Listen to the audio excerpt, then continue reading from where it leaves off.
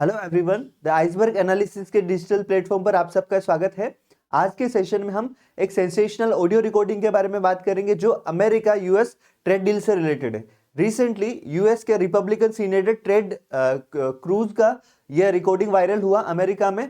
इसमें Ted Cruz ने यह दावा किया कि India America trade deal final होने में जो रोकने के लिए ट्रेड डील को रोकने या उसमें बाधक बनने में जो रिस्पॉन्सिबल पर्सन है, जिम्मेदार लोग है, उसमें जेडी वेंस जो अमेरिका के उस उपराष्ट्रपति है, अमेरिका के राष्ट्रपति डोनाल्ड ट्रंप, और व्हाइट हाउस के ट्रेड एडवाइजर जो व्यापार सलाहकार है वो आपके पीटर नवारो जिम्मेदार है। तो यहाँ पे सबसे इंपॉर्टेंट चीज ये है कि इस रिकॉर्डिंग में यूएस के जो सीनेटर है वो यूएसए के लीडर्स को ही इंडिया अमेरिका की ट्रेड डील को रोकने का जिम्मेदार बता रहा है। तो ये एक तरह से बहुत बड़ी न्यूज है। अब अपन आज के सेशन में इसके बारे में बात करेंगे। इसके अलावा अपन बात करेंगे कि इस ट्रेड डील में जेडी वेंस ने क्यों रोड़ा अटकाया, जबकि वो अप्रैल 2025 में भारत का दौरा भी किया और यह दौरा काफी अच्छा रहा। उन्होंने प्रधानमंत्री मोदी से भी मुलाकात की।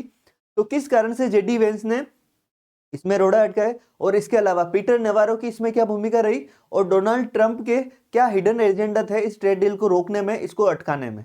तो आज के सेशन में हम पूरी डिस्कशन करेंगे इसके बारे में। तो सबसे पहले बात करें हम लोग उपराष्ट्रपति जेडी वेंस के बारे में, जो कि जिन्होंने इस ट्रेड डील को रोकने में रोड़ा अटकाया। तो उसके बारे में बात करें तो देखिए, अप्रैल 2025 में जेडी वेंस उनकी फैमिली ने भारत का दौरा किया। ये एक अनऑफिशियल दौरा था। हालांकि उन्होंने भारत के प्रधानमंत्री श्री नरेंद्र मोदी से भी मीटिंग की। इसके अलावा उन्होंने जयपुर, आगरा की भी विजिट की। तो यहाँ पे इसी दौरान ही भारत में पहलगाम अटैक हुआ था।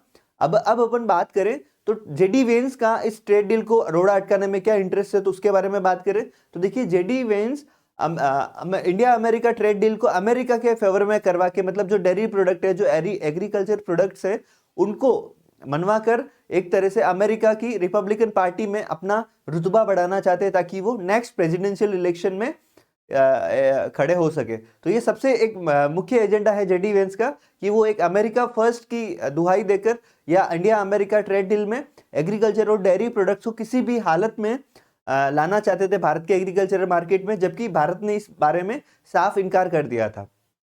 तो एक मुख्य रूप से जेडी वेंस का राष्ट्रपति उम्मीदवार बनने का एजेंडा इसमें सामने आया।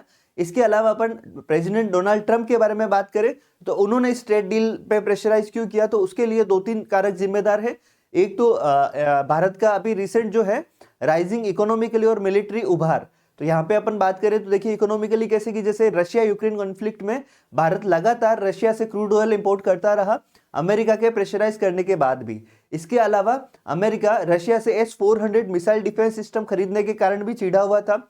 तो यहाँ पे इस कारण से डोनाल्ड ट्रंप एक तो ये चाहते थे कि भारत अमेरिका के अनुसार ही अपनी इकोनॉमिक डील्स या अपनी इकोनॉमिक पॉलिसीज रखे, चाहे वो रशिया से क्रूड ऑयल इंपोर्ट करना हो, चाहे वो मिलिटरीली रशिया से हथियार को मंगाना। इसके अलावा डोनाल्ड ट्रंप भारत को जैसे F-16 F-35 विमान भी ऑफर किया।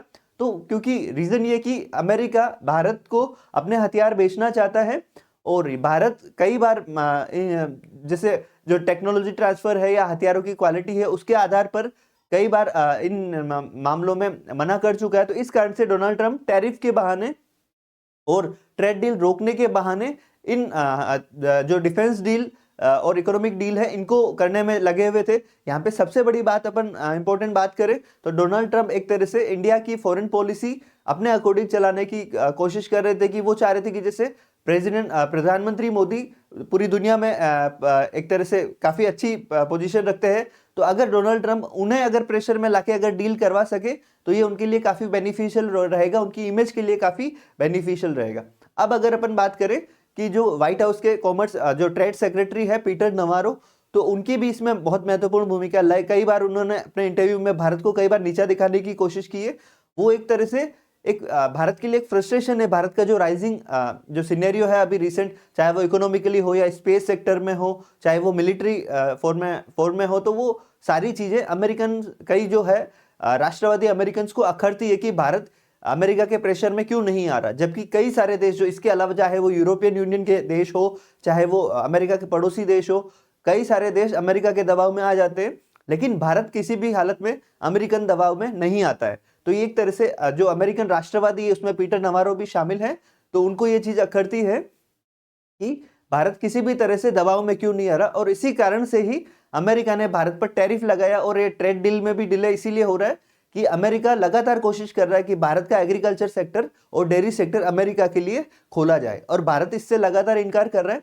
रीजन ये है कि अमेरिकन प्रोडक्ट्स अगर एग्रीकल्चर और डेयरी सेक्टर में एंटर करते हैं तो वो इतनी कम कीमत के होंगे कि इंडियन कंपटीटर उससे मुकाबला कर ही नहीं पाएंगे। तो इसी कारण से भारत ने लगातार इनमें अमेरिका के दखल को इनकार किया है, अमेरिका के प्रवेश को इनकार किया है। तो यहाँ पे अपन सबसे महत्वपूर्ण बात करें तो इन तीनों के कारण ही जो है इंडिया अमेरिका ट्रेड डील रुकी है। अब यहाँ पे इनके एजेंडे भी सामने आ चुके हैं, तो ये चीजें भारत एक्सपोज नहीं कर रहा बल्कि अमेरिकन सीनेटर ही इसे एक्सपोज कर रहे।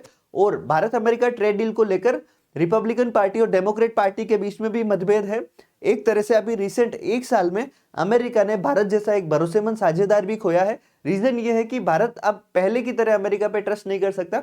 उसके सबसे बड़े रीजन से कि भारत लगातार कई देशों से फ्री ट्रेड एग्रीमेंट कर रहा है, जिसमें अभी रिसेंट न्यूजीलैंड और यूरोपियन यूनियन के साथ भी फ्री ट्रेड एग्रीमेंट रहा। इससे पहले पिछले साल ब्रिटेन के साथ भी फ्री ट्रेड एग्रीमेंट हुआ है, और भी कई देशों के साथ फ्री ट्रेड एग्रीमेंट हो रहे हैं। तो रीजन ये है कि भारत अपने मार्केट को लगातार डाइवर्सिफाई कर रहा है ताकि उसकी डिपेंडेंसी अमेरिका पर ना रहे। तो यहाँ पे ये भी चीज अमेरिका समझ चुका है। तो जैसे अभी रिसेंट यूरोपियन यूनियन के साथ ट्रेड डील हुई तो उससे चिढ़कर एक काफी फ्रस्ट्रेटेड कमेंट डोनाल्ड ट्रंप ने किया। तो ये एक तरह से फ्रस्ट्रेशन, अमेरिका की फ्रस्ट्रेशन दिखाता है कि भारत अमेरिका को इग्नोर करके भी अपने आप को सर्वाइव करने में सक्षम है। तो आई होप आपको आज का सेशन पसंद आया होगा। मिलते हैं नए सेशन में नए टॉपिक के साथ। अगर आपने चैनल को सब्सक्राइब नहीं किया तो सब्सक्राइब करें। इस मुद्दे पर आप क्या राय रखते हैं वो भी अपने कमेंट बॉक्स में जरूर दें। Thank you everyone.